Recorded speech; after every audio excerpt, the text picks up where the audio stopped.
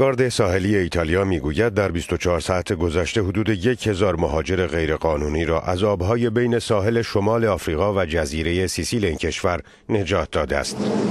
واژگون شدن یک قایق مهاجران اما 10 کشته بر جای گذاشت. بنا به آمار سازمان ملل متحد در سال 2014 میلادی بیش از 218,000 مهاجر با شناورها از دریای مدیترانه گذشتند و 3500 مهاجر طعمه اموات شدند.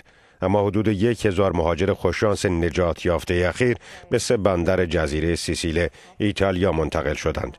کارلوتا بلینی از بنیاد کودکان را نجات دهید از شیوه قاچاقچیان و استفاده آنان از شرایط بد دریایی برای ایجاد ترحم میگوید.